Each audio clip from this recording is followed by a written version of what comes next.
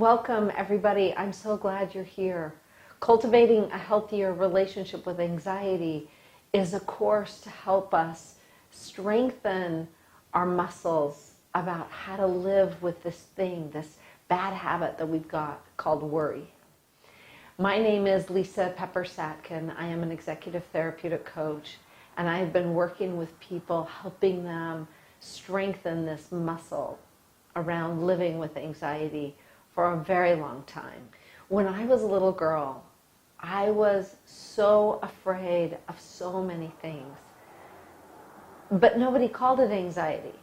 That's how old I am. Well, that's okay. Doesn't really matter, but no one called it anxiety. It wasn't a problem. I was just a kid that worried a lot.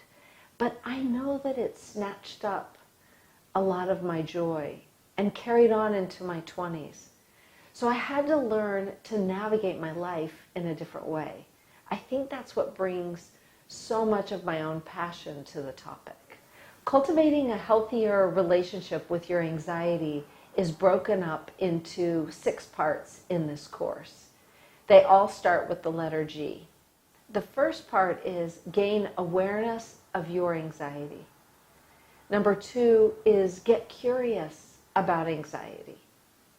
Number 3 is gather more tools. Number 4 is grow your practice. Number 5 is give anxiety the boot. And number 6 is go live your life with anxiety. And then we have a really wonderful class project to do together that will help you start to empower yourself with these tools on a daily basis. In this course, Cultivating a Healthier Relationship with Your Anxiety, what you'll get is a lot of understanding and a lot of compassion, which helps us decrease anxiety in our heads. Let me give you a little tip here. So anxiety is like having a really bad roommate. Doesn't pay the rent, eats all your food, and wants to stay for free. So in this course, what we have to do is learn how to starve out the anxiety critic that lives in our head. Increase our understanding for ourselves. And tell anxiety, like, I know you're here to try and protect me, but I don't need your protection. And in this course, we'll learn how to do that. A bonus to doing this work, cultivating a healthier relationship with your anxiety, means that you start to claim that your feelings matter, that you matter, and that your suffering matters. And in this community, together, we'll help expand an understanding of anxiety, how it's wreaking havoc in our lives, and then what we can do to change that. I'm really glad you're here. In the next course, we'll start with the first G, gaining awareness of your anxiety.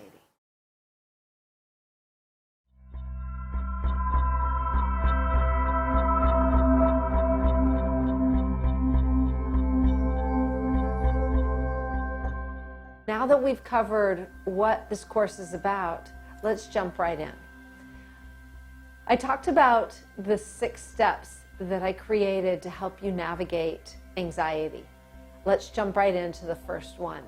It's gain awareness of anxiety in general. Anxiety is considered to be the body's natural response to a life-threatening situation, danger, or high-intensity stress. It's an automatic alarm that goes on when you feel threatened or you're in a super stressful situation. It becomes problematic when that's going on in your body when the situation doesn't really merit that kind of response. Despite all the different forms of anxiety, anxiety disorders have one common symptom, and that is excessive fear or worry moving throughout your system. Anxiety is best addressed by breaking it down into subsets. So there are 3 subsets: worry, anxiety, and fear. Worry is what you commonly are concerned about. Will I get someplace on time? Anxiety is fear of the unknown. It's more where you start to perseverate, where you start to spin because something is not known to you, the outcome is not known. And the third one is fear. This is where something is life-threatening, like a bear in the woods or someone scary to you on the street. There are two authors, John Forsyth and George Eifert, in their book, Mindfulness and Acceptance Workbook for Anxiety. And they are the ones that outlined these three parts that are very key to learning how to navigate a life with anxiety.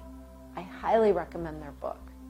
Unfortunately, fear and anxiety come into one's life in spite of self-confidence, intelligence, circumstances, or best intentions. It's not your fault. It happens to you. Fear is one of the most powerful negative emotions we humans possess. Believe it or not, at times it can really help us because it can alert us to danger. What we're working on in this class, though, is how it's affecting our lives and our joy negatively. Anxiety really isn't a bad thing in moderation. The problem arises when anxiety starts overwhelming you on a consistent basis in situations that aren't life-threatening. Anxiety disorders are a group of related conditions rather than a single disorder. The symptom associated with the condition varies from person to person. The symptoms are different in all of us. And what's interesting is anxiety and excitement can show up in the body with the same symptoms. Worry and fear can draw whatever we are worried about or fearful of. Your mind is the control panel. We will learn how to use it wisely to change your thoughts. Anxiety is sneaky. Symptoms are slippery. We automatically have created coping mechanisms which actually are keeping us stuck. Anxiety wants us to believe that we're actually coping. But we'll learn through this course how it's keeping us stuck. Let me give you a few examples of different people that I've worked with who are suffering with anxiety. So I have one young woman who insists on cleaning. She has to clean her room, has to clean the kitchen, has to clean everything in the house. This is a young woman and everyone jokes, oh, that's great, send her to my house. But what happens is the level of anxiety she experiences if she's unable to carry out those tasks. That's how you know it's a problem. Another place that I myself experience anxiety is it's very difficult for me to go out into nature by myself. This is a good example because it's not causing me to lose joy in my life. What I do is I gather friends and we all go camping together, or we all go hiking together, or we all go play with our dogs out in nature together. That's how you know anxiety isn't keeping you down. It's not keeping you from your mood changing. Another woman I'm working with is having a very difficult time looking for a new job. Her anxiety gets in her way of her interview practices. So she and I are working on practicing interviewing so that her anxiety doesn't keep her from landing the job that she really wants. The next lesson is get familiar with your anxiety.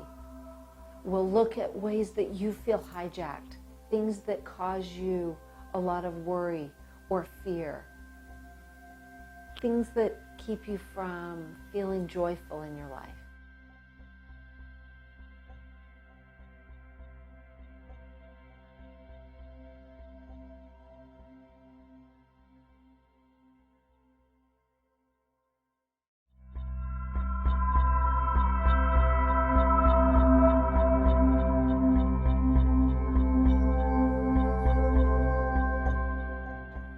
Okay, so here we are, the second G. Get curious about your individual anxiety. Anxiety tends to rule and take over your brain and your body, for that matter, and push your true self away. When we get curious about our own anxiety, it means our true selves get to emerge. So what we're going to work on is realizing how we get hijacked by anxiety. There's this great 6-step method that I use with people. So you start to pay attention to, what were you just thinking? What just happened? How did it make you feel? That's step 1, identifying how it made you feel. Step 2 is, does this feel familiar? Then recognize this feeling as your anxiety pattern pull or your habit of worrying. Separate the emotion connected from the past, like what it reminds you of, and start to apply your more mature processes, like this, what we're learning how to do here. Step 3 is, where does this story come from? Connect the story from your past and see where else this is showing up in your life. Step 4, what needs to take place in this moment to help you get unhijacked, to get unstuck? Step 5 is choose what your next steps need to be. Do I want my younger self to react, or do I want my more mature self with higher awareness to respond? Take one step. That's the final 6th step. Take one step toward getting unstuck.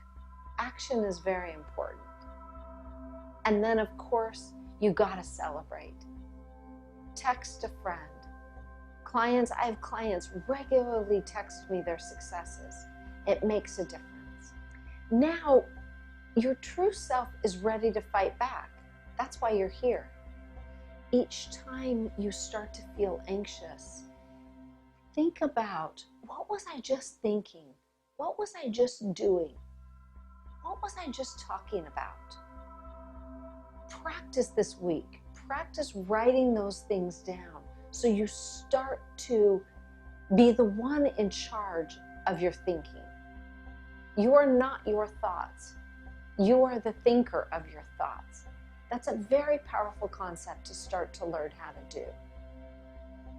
Another thing that's important that we get to do and get curious about are your anxiety pickup lines.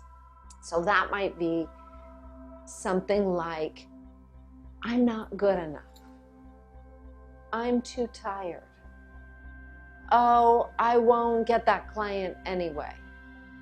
Oh, someone else has already done it.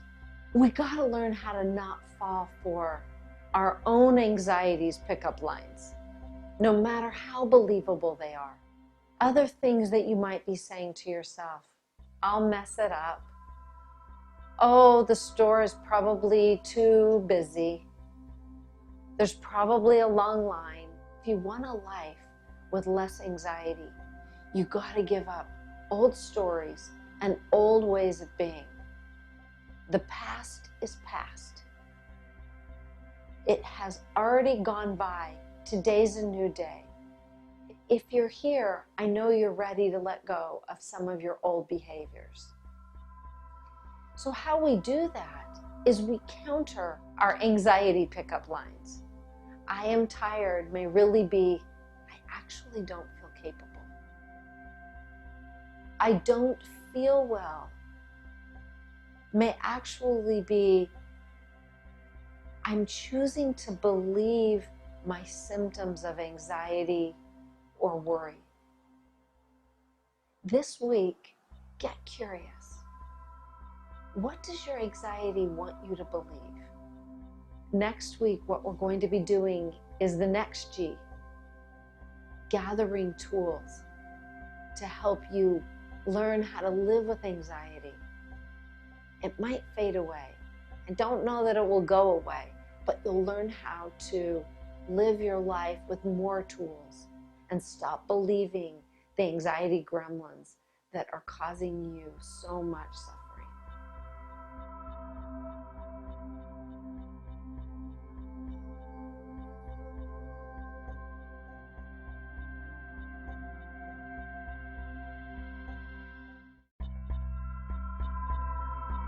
Welcome back, everybody. This is part 3, gathering tools to help you navigate your life with anxiety. So you have little to lose by working with your thinking and so much to gain. So anxiety wants us to feel like it's keeping us safe, but it's actually not. It keeps us boxed in. And so what we get to do today is explore different tools that will help you look at your thinking. You'll be looking at your thinking in a totally new way. And trust me, it will make a difference. The more you practice, of course. I'm inviting you to change your patterns by collecting more tools. So the best thing that you can gift yourself is a practice of mindfulness. What do I mean by that? It's a practice that involves accepting your thoughts and feelings and taking action based on your observations of your thoughts and feelings versus those thoughts and feelings. So I know mindfulness is the in thing and everybody's talking about it, but what I'm talking about is a simple practice of getting to know your thoughts, your feelings, and being able to separate yourself from those thoughts and feelings. When they get all mixed up together, that's what I call anxiety. When we're able to begin to separate out your thoughts, your feelings, and then make choices based on that clarity, that's when you know you're getting a better handle on your anxiety. Anxiety is tricky. It's slippery, right? This is what it does. It wants you to decide, do I need to do this or that? Do I need to have that be a yes or a no? What we get to do together is practice our ability to observe our anxious mind, where it wants to decide, is this a good thing or is this a bad thing? So here's my secret of all secrets. This will change your life. Don't believe your feelings. Believe your values. Then go and create value. Why would I say don't believe your feelings? Because your anxious mind will have you want to believe your feelings. Feelings come and go. They're sort of like the weather. Once you've identified the situations, maybe even relationships or encounters that trigger your anxiety, your anxious mind will want you to avoid those situations. Together, in this course, we're going to learn how to kind of dive right into those situations and learn how to calm our anxious mind in those given situations. Let's talk about 3 practices that I'm certain you've heard of that are super useful when anxiety tries to seduce us. So they are exercise, journaling, and meditating. But let me give you a little different take on them. So with exercise, journaling, and meditating, go easy on yourself. Practice, not perfection. Or as they say in recovery, progress, not perfection. What you want to do is commit to a disciplined practice, not a perfect practice.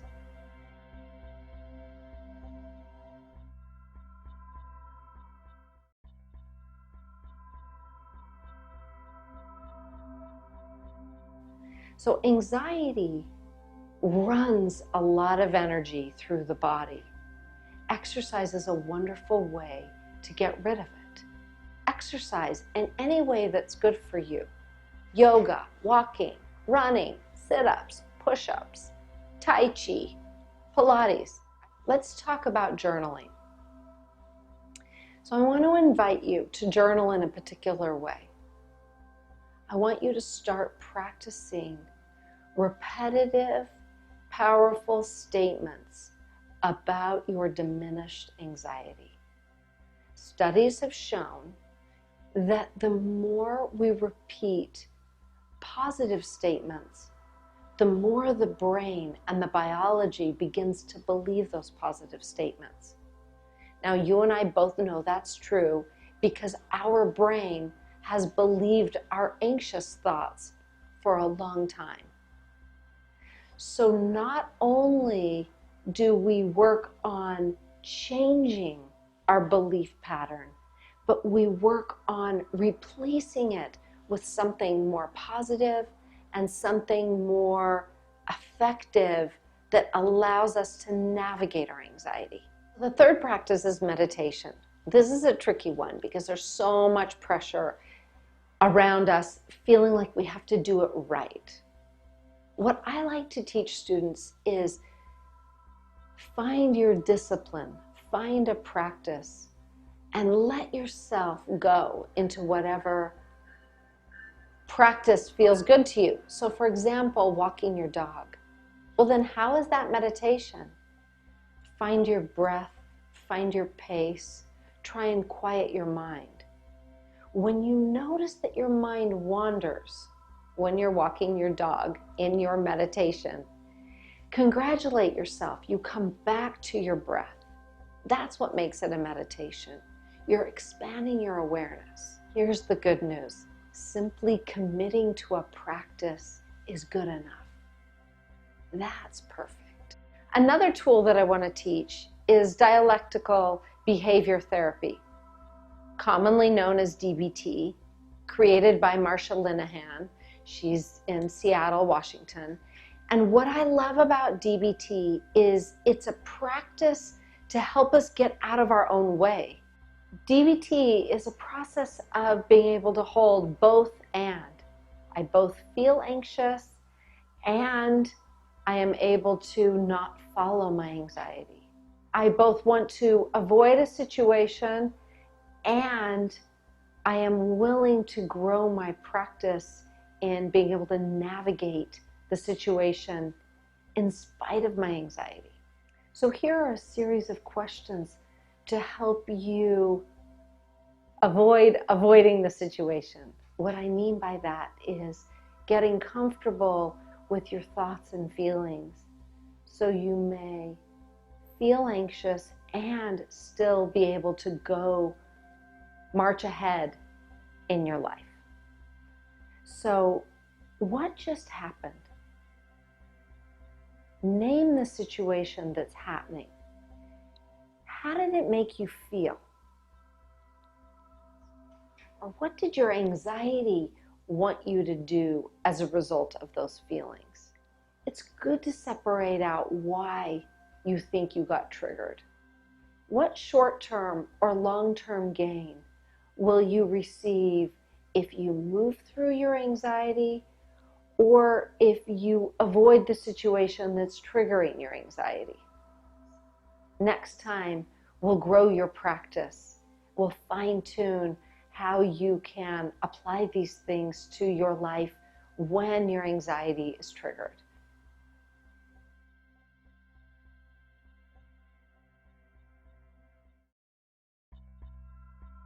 Welcome back.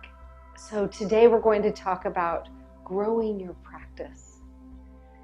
So last time we introduced tools, and now we're going to look at ways that we can utilize those tools to grow our practice, to learn how to live with our anxiety, not avoid our lives because of our anxiety.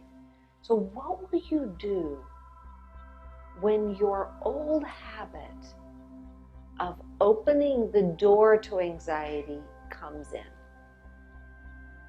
No, do not slam the door. That won't work. That just makes anxiety mad and it makes it come back fiercely.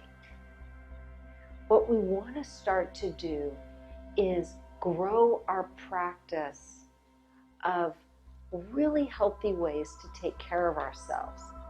Journaling, exercising, meditating, answering the DBT questions, all the things that we need to do to engage with anxiety and let it know that it no longer serves you. It's a bad habit. So we're growing our practice. Something we've got to do is memorize, literally, write them on 3x5 cards or put them on your cell phone. Memorize what you're going to say to yourself when your anxiety tries to pick you up. You know those anxiety pickup lines, like, oh, I probably won't get that client anyway, or I won't know anyone at the party, or that restaurant probably doesn't have the foods that I eat. I won't find parking. I mean, anxiety is sneaky. So know, practice, learn over and over and over what are your lines you're going to counter your anxiety with. So when you have thoughts and feelings that trigger anxiety, you can begin to watch them, observe them, let them pass through you, sort of like the weather. Another really powerful practice is to recognize your mind trap and your mind joy. So I teach clients, and kids are great with this exercise. What makes your mind light up and feel joy? And then obviously mind trap is your anxiety. A really great way to move through mind trap and mind joy is to make a long list of affirmations. Affirmations are positive statements that you can grow into. I am creative, I am safe, I am lovable. That grows your mind joy. You'll notice that when you're in mind trap and you're fearful and you're scared and you are afraid of the unknown, you're making statements of affirmation based on mind trap. Whenever you start to feel mind trap, those negative, unnerving vibes begin to emerge, pause, take a breath, and state a couple of affirmations of mind joy. Try it. You'll see that it will make a big difference in calming your anxiety. To come up with affirmations, write down what you're hearing when you're tuned into mind trap. So you might hear, for example, I don't want to go to that party. I don't have any friends anyway. Your affirmation could be, I am making new friends. I am practicing meeting new people. I am more comfortable in new situations. The more we repeat affirmations, the more the brain begins to believe them, and our anxiety gets diminished. So here's what's key as you grow your practice. What are you willing to commit to? And how will you remember your commitment? Sometimes I have clients who wear watches. I have them move their watch from the hand that they normally wear it on to the other hand. Why? Because it's a pattern shift. You still look at the old hand for the time, and then you are aware that it's on the other hand, and then you remember your commitment to stay in mind joy. Ask yourself this: how will I remember my commitment to my practice? And then remind yourself daily what your commitment is. Then make sure you celebrate your success. Next time, we're going to give anxiety the boot.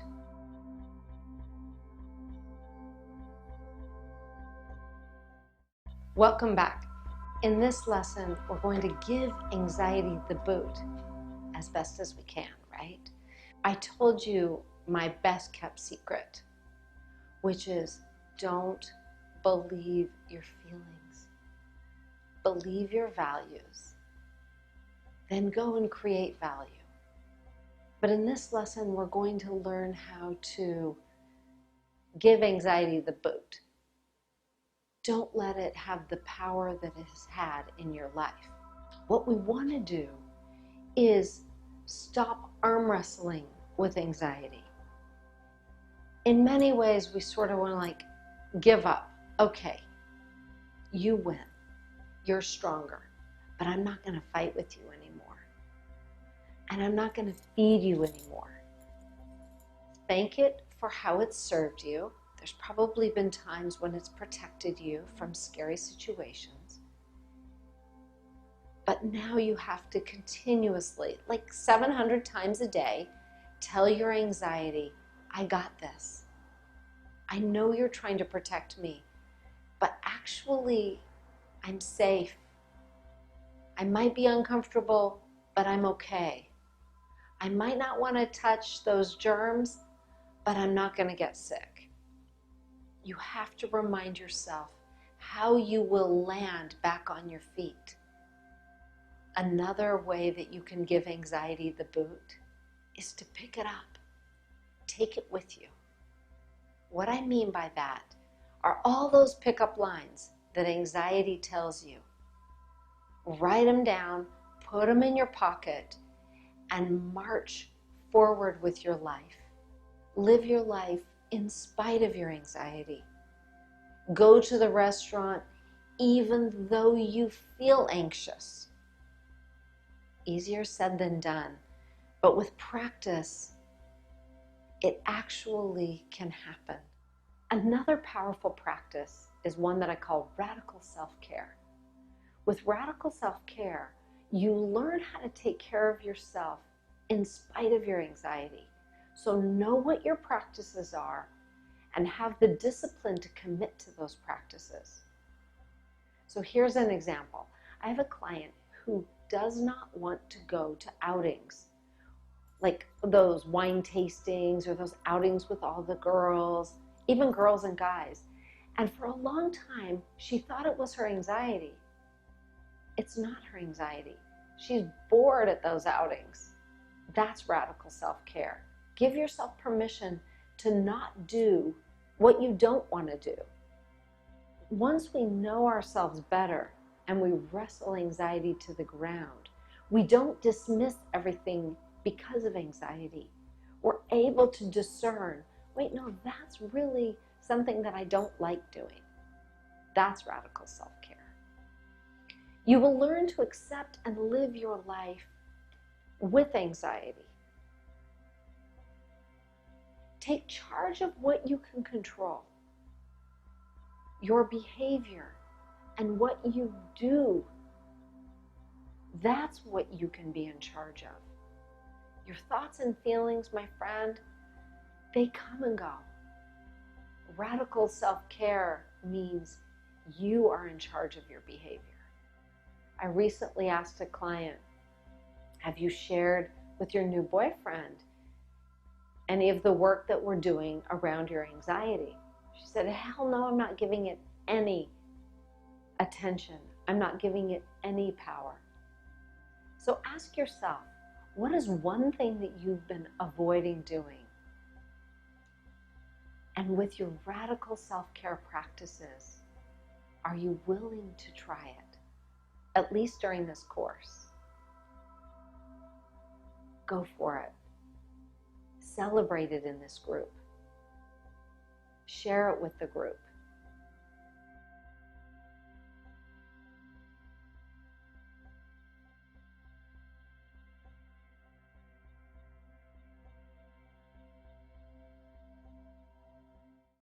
Welcome back. Here we are. We're going to go live our lives with anxiety. What am I doing in a class that teaches me to go live my life with anxiety?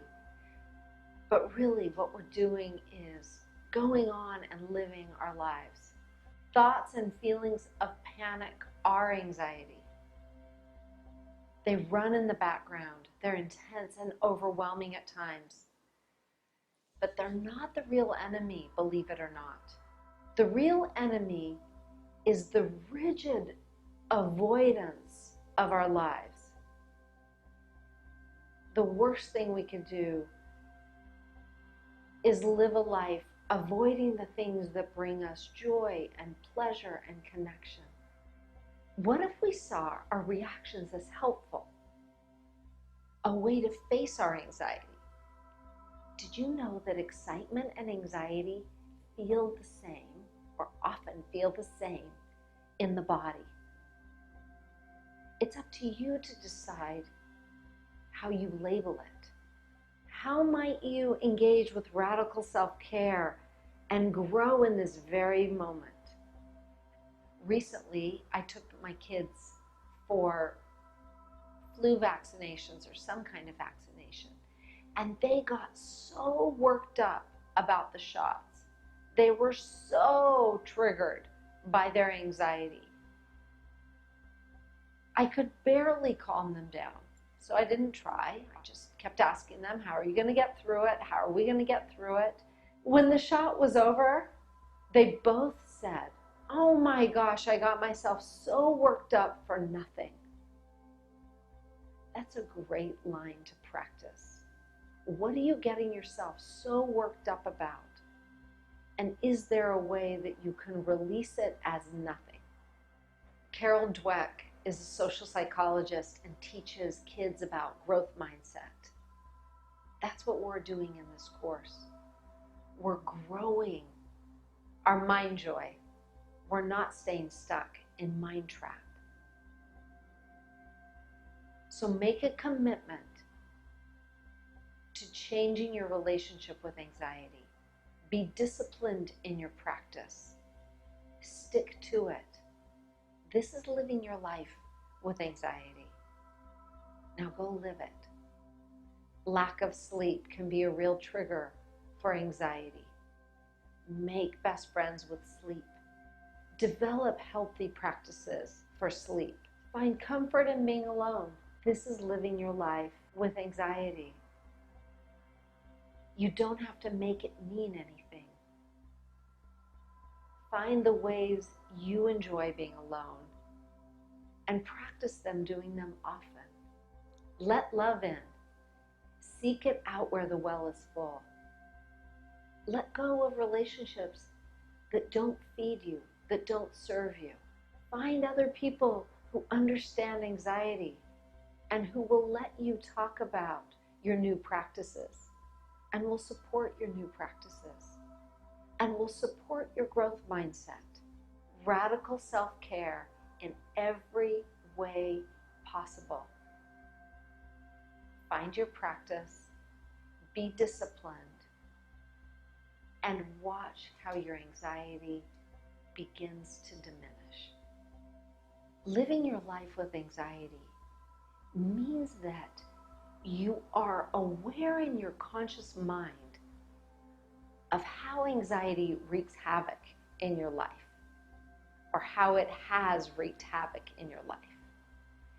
Your deep subconscious programming has you replay your anxious thoughts over and over and over. A very simple practice and a very powerful practice is when you notice your anxiety having its way with you, say out loud, oh, there's my anxiety.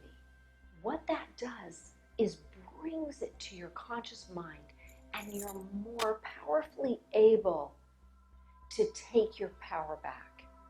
Anxiety wants to take your power away. Don't give away your power anymore. I'm really glad you shared this time with me. Awesome job. It's your first step in radical self-care. Here's the good news. It makes a difference. Here's the trickier news. You have to practice 763 times a day at least. But you can do it. This is the first step in radical self-care. Memorize the 6 G's and then go live your life with anxiety. It gets easier, trust me.